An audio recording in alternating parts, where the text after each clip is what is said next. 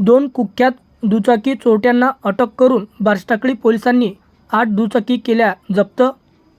बार्शीटाकळी तालुक्यात अनेक दिवसापासून दुचाकी काही चोरी गेल्या होत्या। या संदर्भात पोलीस स्टेशनला भारतीय दंडविधान कलम 379 नुसार गुन्हा दाखल करण्यात आला होता।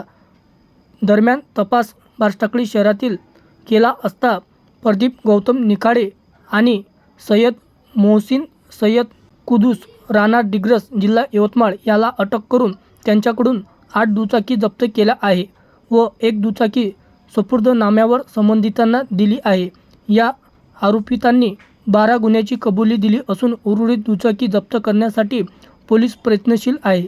तर दुचाकी ह्या दिनांक 9 मे रोजी दुपारी 2 वाजता जप्त केल्या होत्या। सदर कारवाई जिल्हा पोलीस अधीक्षक बच्चन सिंग यांच्या मार्गदर्शनाखाली बार्शीटाकळी पोलिसांनी केली आहे, अशी माहिती बार्शीटाकळी पोलीस स्टेशनचे ठाणेदार शिरीष खंडारे यांनी दिनांक 10 मे रोजी सकाळी 9 वाजता शुक्रवार रोजी ही माहिती प्रसारमाध्यमाला दिली आहे।